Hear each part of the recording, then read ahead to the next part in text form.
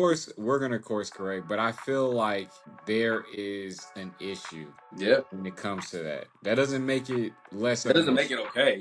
Yeah, it doesn't make it okay. We're forced to adjust because of the reality of how consumers consume information. The ability to understand that the content that you create and the delivery in which you deliver it, it is yours, but it's not for you, right? Like we're giving information. We, for the most part, know what we're talking about, but the idea of being someone who has this royalty mindset where we want people to consume our content, we have to make it consumable, you know? And that is another allude to having the royalty mindset. The content is not for you. The content is not for the creator. The content is for the consumer.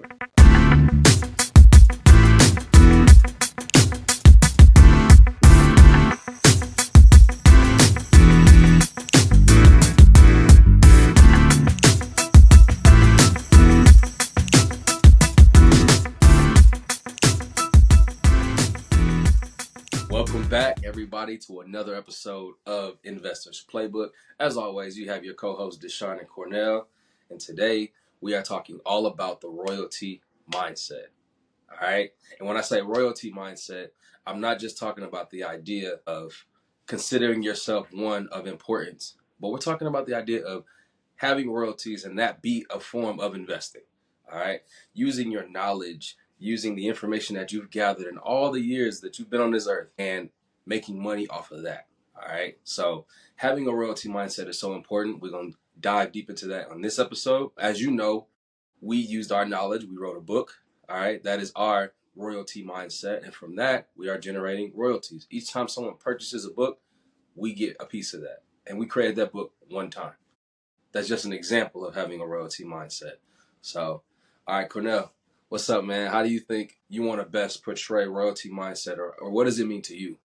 So everybody's expertise is not going to be in finance, but I feel like has everybody likes something, right? Everybody is hyper fixated on something. Whatever it is that is important to you, whatever goes towards what your not morals, but what's the word I'm looking for?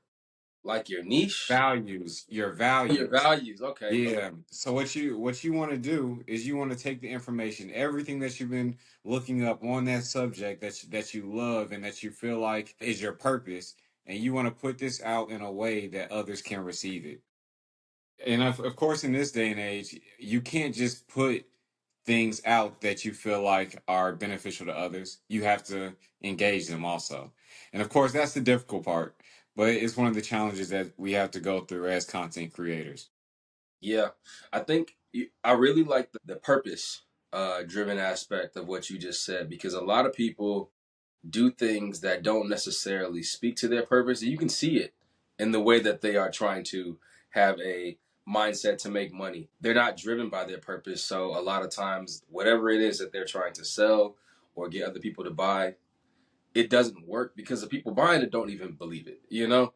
So I remember when I used to, you remember like those like Cutco, I knew you were about to say that. like man, and I don't want to bash no company, but I feel like when you're trying to sell something to someone that you don't believe in, it's really hard to make money. And when I was doing that pyramid stuff, I did not believe in the product, but I was still trying to sell this product to people. And I don't think I sold squat. Honestly, I don't think I sold anything because you could tell how I was going about it, how I was moving, and how unmotivated I really was. I was just doing it because at that point I was like, all right, I'm going to try this thing.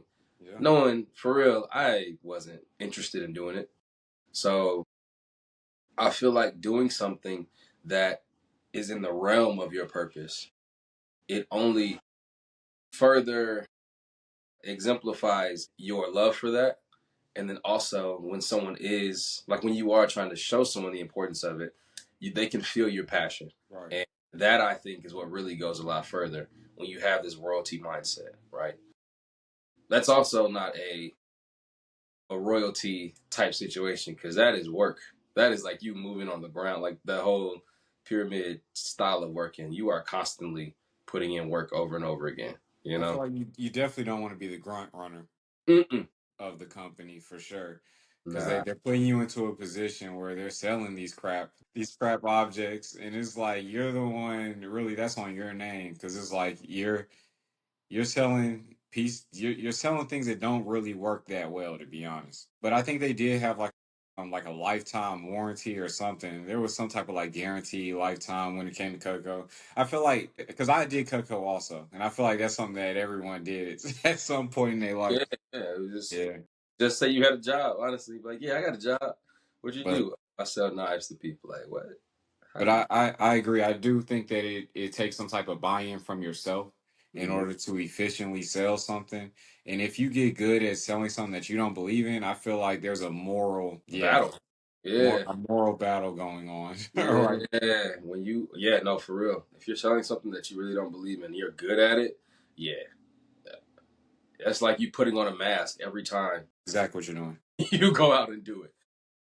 But speaking more on royalties, I do also want to dive in and kind of just give some examples of what royalties are. Because like back in the day, it was mainly, and I say back in the day, like when we were growing up, it was like music. You had authors. You had people who, well, I don't know, is art considered a royalty? I guess it could be because You can get royalties from art. if you like put it inside of art galleries and things like that, because when someone buys your art, that's it. I think it's like trademarks and stuff, isn't it?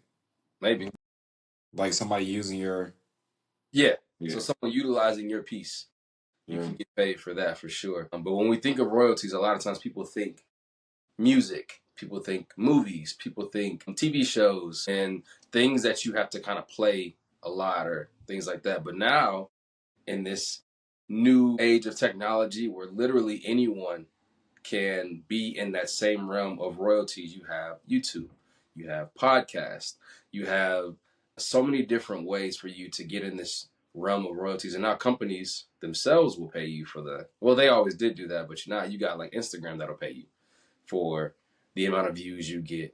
Does Instagram do that? I know YouTube does. I know Facebook does. But I think that there was like an issue. I think I heard somebody saying something about an issue with Instagram. And it not paying. I thought I saw an Instagram monetization feature in the settings one time, but I But might, it's like people giving you like coins it's not like or real money. something like that. I don't think so, man. But I think people have to gift you something for you to get money. And it's not like the platform paying you. Okay. I could be tripping, but you can make subscriptions on Instagram. I did see that. Yeah. Yeah. But to that point, ones that we know for sure, YouTube, you hit a certain amount of views or a certain amount of watch hours, they will start breaking you off bread. Same thing with podcasts, right? And this is all about you creating items that people can just listen to, similar to a book, right? A lot of times people pay for Spotify subscriptions, but when you have certain shows or certain podcasts on Spotify that gets more plays than others, Spotify recognizes that and they'll say, all right, let me reward this person that is bringing so many individuals to this platform. Same with YouTube. So just another way to do or to have this royalty mindset. And I think one of the best things about that is a lot of times these videos are people just talking about their passion, people just talking about things that they like, right? Myron Golden says it best. He's like, you already doing the thing. Just turn on the camera, right? Just hit the record button and post it. You know what I mean? So, because if you look at some videos, they don't have the best quality. They might not even be the most informative. They could just be really funny. Millions of views.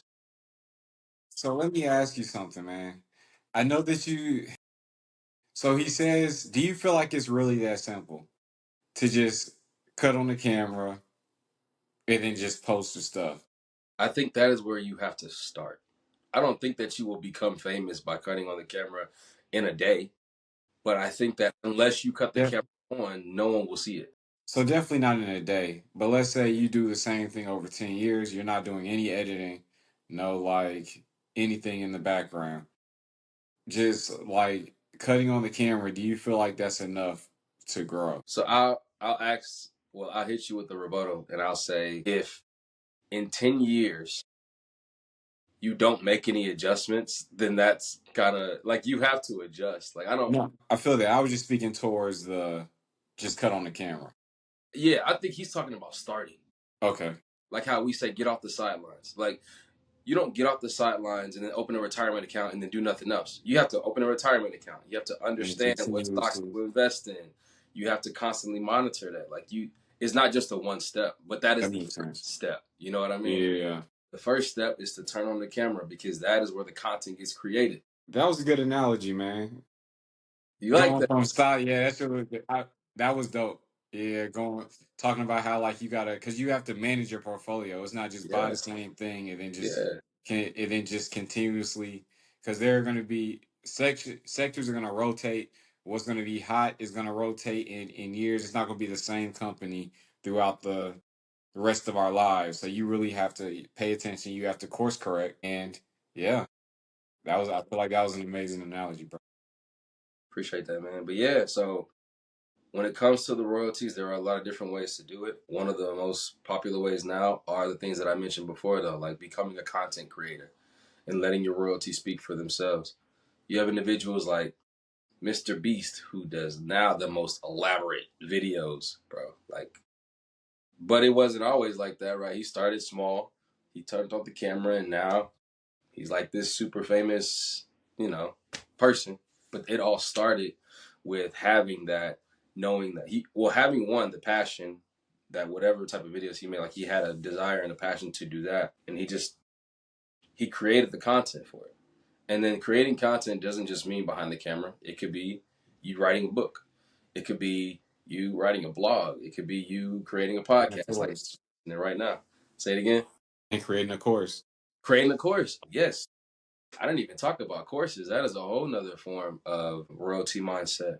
Because once that's done, just like always, you got to course correct. If people are saying this course is missing this or. But for the most part, once you put in that work on the front end, it just pays for itself, you know? Because there's going to always be somebody that's going to need the thing that you put out. All right. That's, that's just how business works. Like, the idea of thinking that no one is going to gain anything from the knowledge that you have, that's not having a royalty mindset, like at all.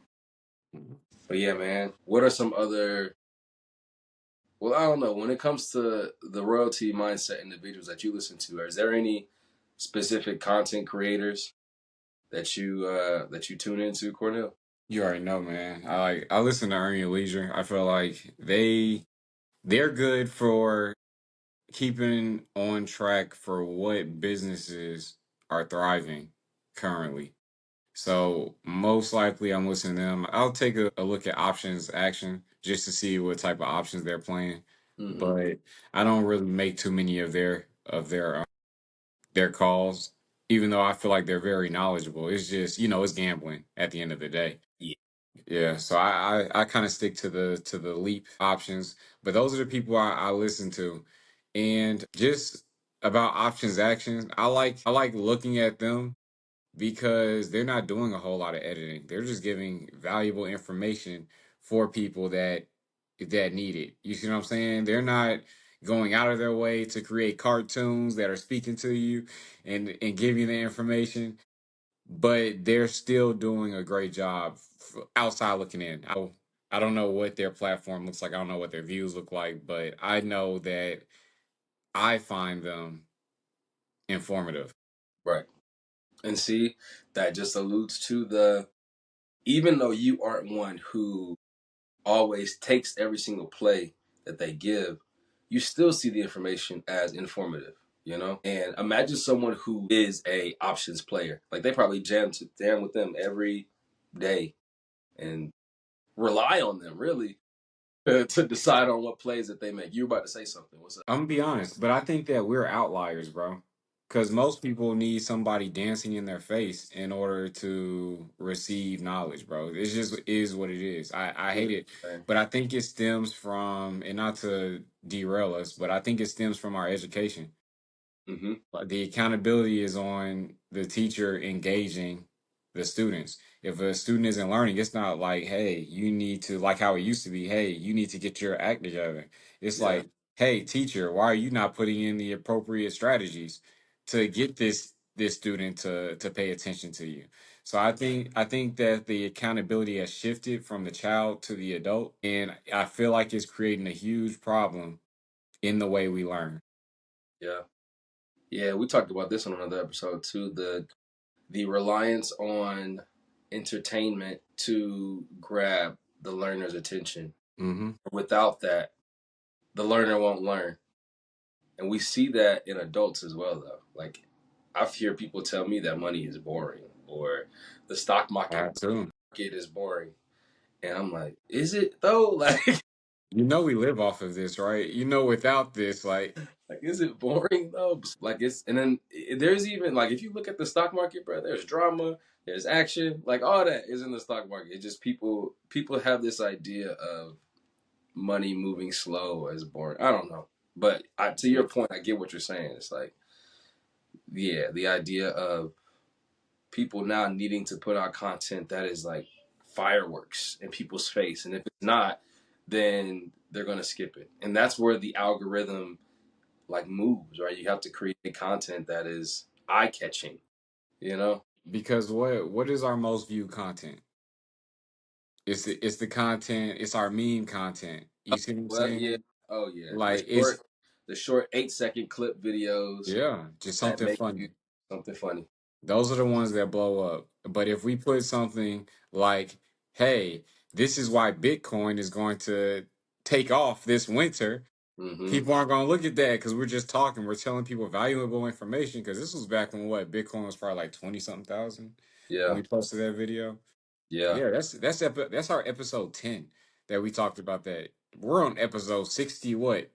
You see what I'm saying? Yeah. No, no, no. You're right. You're right, man. But at that point, do we want the world to course correct or do we course correct? I mean, of course we're going to course correct, but I feel like there is an issue Yeah. when it comes to that. That doesn't make it less That of doesn't an make issue. it okay. Yeah, it doesn't make it okay.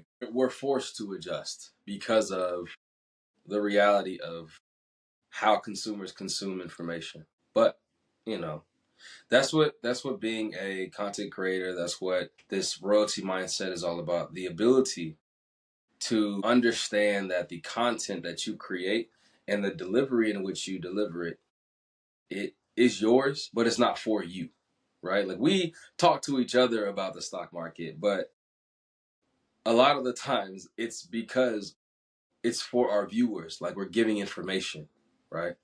We, for the most part, know what we're talking about. But the idea of being someone who has this royalty mindset where we want people to consume our content, we have to make it consumable, you know? And that is another allude to having the royalty mindset. The content is not for you. The content is not for the creator. The content is for the consumer. Like you got to create content that the consumer will consume. And if the consumer wants cotton candy for dinner, then that's just what it is. You know what I mean? But the thing is, the ingredients of that has to align with your purpose and your goals. So we're not going to ever get on here and talk about things that are just like completely unrelated to finances or just completely out the water. You have to have those morals, which we talked about before. It's just the delivery, depending on who your consumer is, might have to be different than how you would normally consume content. Because I don't mind listening to a podcast where you got chuckles every now and then, but it's not slapstick comedy. There's no one like falling on their face or doing something silly on the camera, and I will sit there and consume that content, because that's what I can do. Go ahead. And for me, I don't even need chuckles, man. It's like sometimes I feel like when people get derailed and try and make jokes, it takes away from. It's like, come on, man, I'm trying to get the information. What's up? Yeah, Because I know I'm trying when I'm listening to podcasts. I'm trying to get through the podcast so I can know what's happening today. I don't really need if I want to get a chuckle, I'll scroll on Instagram. That's not what I'm listening to this for. I'm not yeah, trying to be entertained. I'm trying to get the information. right. But you got a lot of consumers who the only way they can get information is if the thing catches their attention. So I agree. I was just speaking like on my Yeah, behalf. yeah, for sure, for sure. Yeah, so I just don't need all that. No, I got you. I got Yeah. you. Yeah. But yeah, man. So look, if you are a content creator or want to be a content creator, first step is to get off the sidelines. And one of the ways to do that is to cut on the camera, turn on the record button, start putting some effort into letting people know what your speciality is, what your purpose is, what your drive is, and how what you have, the knowledge you have, other people can benefit from. Because, like Cornell said at the beginning of this episode, everybody has some type of niche. There is something you know that someone else does not, and that someone else can learn from. Whether it's you having a secret recipe, right? Having some really good skating skills, like it doesn't matter. Like, there are so many different ways to create this royalty mindset and have information that can exist on the internet forever, that you can get paid for forever. But it starts with turning on the camera. It starts with getting off the sidelines. So, what else we got for him, Cornell? I think that was good. Make sure you go to www.investorsplaybookllc.com. It's still there. And it has links to all of our social medias. It has links to all of our products. So please, check us out. And at some point, I gotta change my picture, man. You feel me? I gotta change my Because you got hair now, you mean? because I was looking at, I was like, man, this don't even look like me anymore. So at some point, I'm gonna take a picture and I'm gonna change the thumbnail, bro. For sure. I see you sporting the old logo too, man. That's a throwback You right feel there, me? boy. I had to pull out the throwback That's a throwback right there. back in the Discord days. Man, nah, that's good stuff. All right, y'all. Well, as always, we appreciate y'all. Thank you for tuning in. We love y'all. Like, subscribe, share, you know, all that. And we'll see y'all next week. Okay.